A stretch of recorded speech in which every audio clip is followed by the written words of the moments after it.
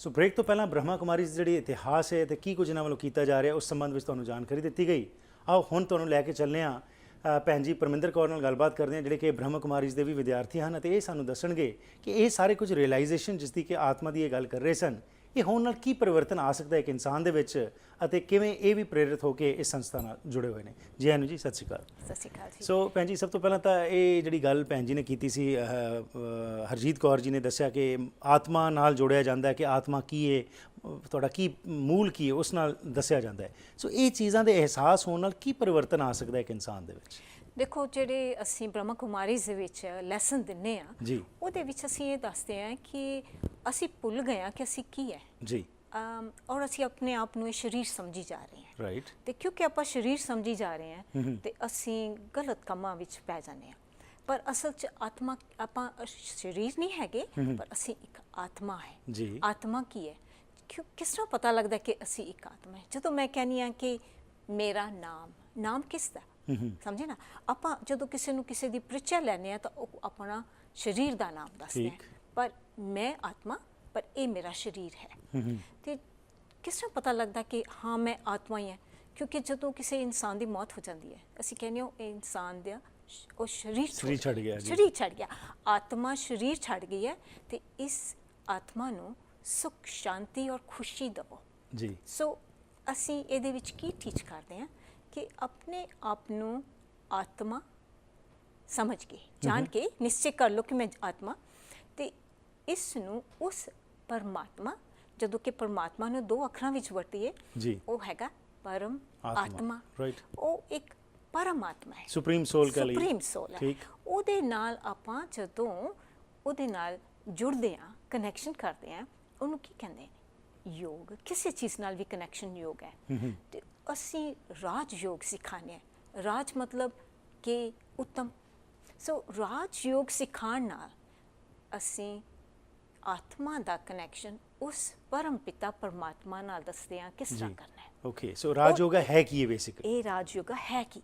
ਇਹ ਜਦੋਂ ਅਸੀਂ ਪਹਿਲਾਂ ਦੱਸਦੇ ਹਾਂ ਕਿ ਆਤਮਾ ਕੀ ਹੈ, ਫਿਰ ਉਹ ਪਰਮਾਤਮਾ ਕੀ ਹੈ, ਔਰ ਉਸ ਦੇ ਨਾਲ ਯੋਗ ਕਰਨਾ ਕਿਸ ਤਰ੍ਹਾਂ ਹੈ, ਤੇ ਉਹ ਕਰਨ ਦਾ ਫਾਇਦਾ ਕੀ ਹੈ। ਸੋ ਜਦੋਂ ਆਪਾਂ ਇਹ ਕਹਿ ਦਿੰਦੇ ਹਾਂ ਕਿ ਉਹ ਵਿਛੜੀ ਆਤਮਾ ਨੂੰ ਸੁਖ, ਸ਼ਾਂਤੀ ਔਰ ਖੁਸ਼ੀ ਦੇਵੋ, ਜੀ, ਇਸੇ ਲਈ ਅਸੀਂ ਜਦੋਂ ਰਾਜ ਯੋਗ ਕਰਦੇ ਹਾਂ ਤੇ ਆਪਾਂ ਜੋ ਪਰਮਾਤਮਾ ਸੁਖ ਦਾ ਸਾਗਰ, ਸ਼ਾਂਤੀ ਦਾ ਸਾਗਰ, ਖੁਸ਼ੀਆਂ ਦਾ ਸਾਗਰ, ਉਹ ਸਾਗਰ ਹੈ, ਜਦੋਂ ਉਹਦੇ ਨਾਲ ਆਪਾਂ ਉਹ ਜੋੜ ਮਿਲਾ ਲੈਂਦੇ ਹਾਂ ਤੇ ਆਪਾਂ ਨੂੰ ਫਿਰ ਉਹਦੇ ਜਿਹੜੇ ਗੁਣ ਨੇ ਉਹਨਾਂ ਨੂੰ ਆਪਾਂ ਧਾਰਨ ਕਰਨਾ ਸ਼ੁਰੂ ਕਰਦੇ ਹਾਂ। ਫਿਰ ਆਪਣੇ ਜਿਹੜੇ ਸੰਸਕਾਰ ਨੇ, ਆਪਣੇ ਜਿਹੜੇ ਇੰਪ੍ਰੈਸ਼ਨਸ ਬਣੇ ਹੋਏ ਨੇ, ਉਹ ਆਪਣੇ ਆਪ ਬਦਲਨੇ ਸ਼ੁਰੂ ਹੋ ਜਾਂਦੇ ਨੇ। ਤੇ ਆਪਾਂ ਨੂੰ ਜਿਵੇਂ ਸੁਖ, ਸ਼ਾਂਤੀ ਔਰ ਖੁਸ਼ੀ ਜਿਹੜੀ ਹੈ ਉਹ ਪ੍ਰਾਪਤ ਹੋਣੀ ਸ਼ੁਰੂ ਹੋ ਜਾਂਦੀ, ਜਿਹੜੀ ਆਪਾਂ ਨੇ ਕੀਤੀ, ਆਪਾਂ ਨੂੰ ਮਿਲੀ ਨਹੀਂ ਹੁੰਦੀ। ਤੇ ਆਪਾਂ ਜਦੋਂ ਕਹਿੰਦੇ ਹਾਂ ਕਿ ਸੁਖ, ਸ਼ਾਂਤੀ ਔਰ ਖੁਸ਼ੀ, ਇਹਦੀ ਖੋਜ ਵਿੱਚ ਸਾਰੀ ਦੁਨੀਆ ਫਿਰ ਰਹੀ ਹੈ, ਮਗਰ ਪਤਾ ਨਹੀਂ ਕਿਸ ਤਰ੍ਹਾਂ ਲਵੇ।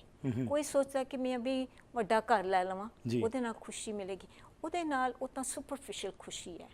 ਜਿਹੜੀ ਅਸਲੀਅਤ ਖੁਸ਼ੀ ਹੈ, ਜਿਹੜੀ ਅੰਦਰੂਨੀ ਖੁਸ਼ੀ ਹੈ, ਉਹ ਕਿਸ ਤਰ੍ਹਾਂ ਹੈ। ਔਰ ਜਦੋਂ ਫਿਰ ਅਸੀਂ ਸਿਖਾਉਂਦੇ ਹਾਂ ਕਿ ਰਾਜ ਯੋਗ ਕਿਸ ਤਰ੍ਹਾਂ ਕਰਨਾ ਹੈ, ਅਸੀਂ ਦੱਸਦੇ ਹਾਂ ਕਿ ਅੰਤਰਮੁਖ ਹੋ ਕੇ, ਅੰਤਰ ਧਿਆਨ ਹੋ ਕੇ, ਉਸ ਪਰਮਾਤਮਾ ਨਾਲ ਇੱਕ ਮਨ ਚਿੱਤ ਹੋ ਕੇ, ਆਪਾਂ ਕਹਿੰਦੇ ਨਾ ਗੁਰਬਾਣੀ 'ਚ ਇੱਕ ਮਨ ਚਿੱਤ ਹੋ ਕੇ ਉਹਦੇ ਨਾਲ ਧਿਆਨ ਲਗਾਓ। ਉਹ ਅਸੀਂ ਸਿਖਾਉਂਦੇ ਹਾਂ ਕਿਸ ਤਰ੍ਹਾਂ ਕਰਨਾ ਹੈ, ਤਾਂ ਕਿ ਫਿਰ ਜਦੋਂ ਇਨਸਾਨ ਹੈ ਉਹਨੂੰ ਉਹ ਸੁਖ, ਸ਼ਾਂਤੀ, ਖੁਸ਼ੀ ਜਿਹੜੀਆਂ ਪ੍ਰਾਪਤੀਆਂ ਨੇ ਉਹ ਹੋ ਜਾਣ। ਜੀ। ਸੋ ਭੈਣ ਜੀ, ਬੜੀ ਸੋਹਣੀ ਤੁਸੀਂ ਗੱਲ ਕੀਤੀ ਕਿ ਚਿੱਤ ਜੋ ਹੈ ਉਹ ਜੋੜਨਾ ਉਸ ਪਰਮ ਆਤਮਾ ਨਾਲ।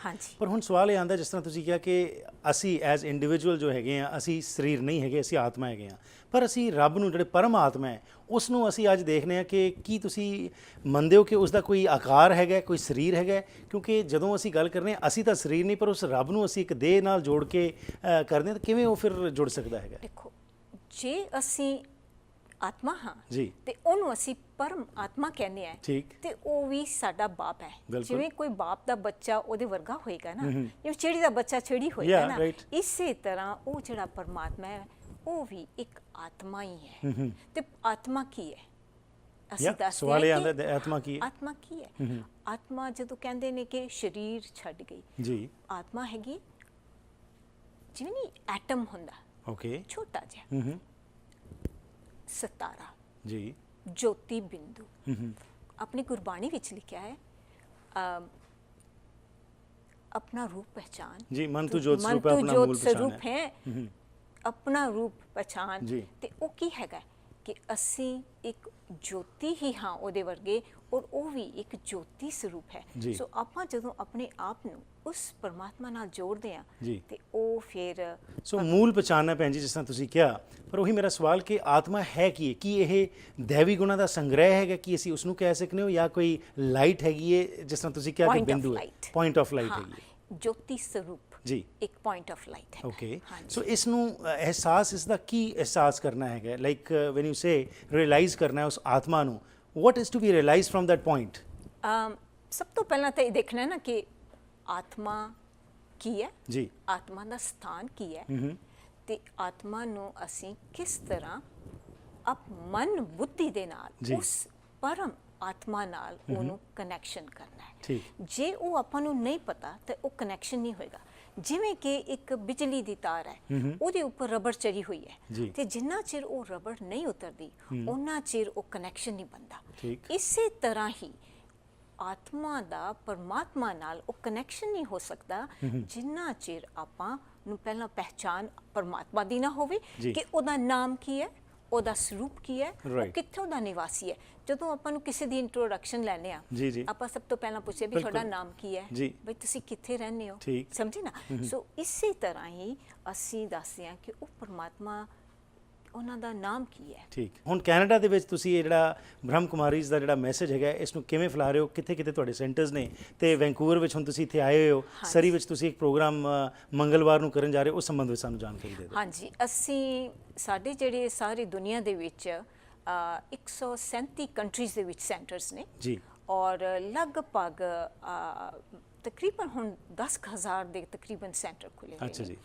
ਅਸੀਂ ਜਿਹੜੇ ਕੋਰਸ ਦਿੰਦੇ ਆ, ਫਾਊਂਡੇਸ਼ਨ ਕੋਰਸ ਕਹਿੰਦੇ ਆ, ਉਹ ਫ੍ਰੀ ਆਫ ਚਾਰਜ ਸਭ ਨੂੰ ਦਿੰਦੇ ਆ। ਜੀ। ਉਹਦੇ ਵਿੱਚ ਇਹ ਨੌਲੇਜ ਬੇਸਡ ਹੈ, ਗਿਆਨ ਦੇ ਆਧਾਰ ਤੇ ਦਿੰਦੇ ਆ ਤੇ ਰਾਜਯੋਗ ਸਿਖਾਉਂਦੇ ਆ। ਜੀ। ਤੇ ਅਸੀਂ ਕਈ ਜਗ੍ਹਾ ਤੇ ਪ੍ਰੋਗਰਾਮ ਕਰ ਰਹੇ ਆ। ਅਸੀਂ ਸਾਡਾ ਇੱਕ ਪ੍ਰੋਗਰਾਮ ਲਾਇਬ੍ਰੇਰੀ ਵਿੱਚ ਹੋ ਰਿਹਾ ਜੀ। ਹੈ, ਸਰੀ ਲਾਇਬ੍ਰੇਰੀ ਚ Okay।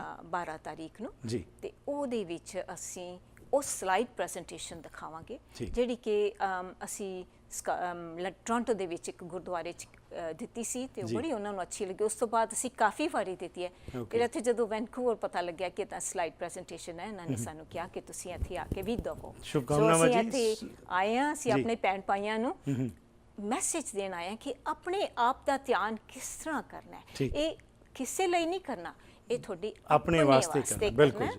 ਸੋ ਅਸੀਂ ਸਭ ਨੂੰ ਨਿਮੰਤਰਣ ਦਿੰਦੇ ਆ ਜੀ। ਕਿ ਤੁਸੀਂ ਆਓ ਉਸ ਦਿਨ। Right। ਤੇ ਬਾਕੀ ਸਾਡਾ ਜਿਹੜਾ ਇੱਥੇ ਸੈਂਟਰ ਹੈਗਾ, ਕਿੰਨੇ ਵਜੇ ਹੋ ਰਿਹਾ ਜੀ? ਇਹ ਸ਼ਾਮ ਦੇ 7 ਵਜੇ ਮੇਰੇ ਠੀਕ ਹੈ ਜੀ, ਬਹੁਤ ਬਹੁਤ ਧੰਨਵਾਦ ਤੇ ਸ਼ੁਭਕਾਮਨਾਵਾਂ ਭੈਣ ਜੀ। Thank you very much for your time. Thank you ਜੀ। ਸੋ ਅੱਜ ਜਿਹੜੀ ਗੱਲਬਾਤ ਹੋਈ ਜੀ, 12 ਤਰੀਕ ਨੂੰ ਸਰੀ ਦੀ ਜਿਹੜੀ ਮੇਨ ਲਾਇਬ੍ਰੇਰੀ ਨਵੀਂ ਬਣੀ, ਉਸ ਦੇ ਵਿੱਚ ਇਹ 7 ਵਜੇ ਪ੍ਰੋਗਰਾਮ ਹੋ ਰਿਹਾ ਹੈ। ਸਭ ਨੂੰ ਖੁੱਲ੍ਹਾ ਸੱਦਾ ਹੈ, ਜਾ ਕੇ ਆਪ ਵੇਖੋ ਕਿ ਇਹਨਾਂ ਵੱਲੋਂ ਕੀ ਕੰਮ ਕੀਤਾ ਜਾ ਰਿਹਾ ਹੈ ਤੇ ਕਿਸ ਤਰੀਕੇ ਨਾਲ ਤੁਸੀਂ ਵੀ ਆਪਣੇ ਆਪ ਦਾ ਜਿਹੜਾ ਮੂਲ ਹੈ, ਜਿਸ ਦੇ ਬਾਰੇ ਇਹਨਾਂ ਨੇ ਜ਼ਿਕਰ ਕੀਤਾ, ਉਸ ਨੂੰ ਤੁਸੀਂ ਪਹਿਚਾਣ ਇਸ ਦੀ ਕਰ ਸਕਦੇ ਹੋ। ਸੋ ਅੱਜ ਦੇ ਪ੍ਰੋਗਰਾਮ ਦੀ ਕਰਦੇ ਹਾਂ ਜੀ ਇੱਥੇ ਹੀ ਸਮਾਪਤੀ। ਫੀਡਬੈਕ ਲਈ 604 603 7555 ਜਾਂ ਫਿਰ ਈਮੇਲ ਰਾਹੀਂ harpreet@akaltv.com ਤੇ ਸੰਪਰਕ ਕਰ ਸਕਦੇ ਹੋ। ਧੰਨਵਾਦੀ ਆਪਣੇ ਸਪਾਂਸਰਸ ਅਤੇ ਐਡਵਰਟਾਈਜ਼ਰਸ ਦੇ, ਜਿਨ੍ਹਾਂ ਦੀ ਬਦੌਲਤ ਇਹ ਪ੍ਰੋਗਰਾਮਸ ਤੁਹਾਡੇ ਤੱਕ ਪਹੁੰਚਦੇ ਨੇ। ਕੋਈ ਜਾਣਕਾਰੀ ਲੈਣੀ ਹੋਏ ਕਮਰਸ਼ੀਅਲਸ ਬਾਰੇ ਤਾਂ ਸਾਡੀ ਐਡਵਰਟਾਈਜ਼ਮੈਂਟ ਟੀਮ ਨਾਲ ਸੰਪਰਕ ਕਰ ਸਕਦੇ ਹੋ। 604 202 3040। ਫਿਰ ਮੁਲਾਕਾਤ ਕਰਾਂਗੇ, ਤਦ ਤੱਕ ਗੁੱਡ ਬਾਏ।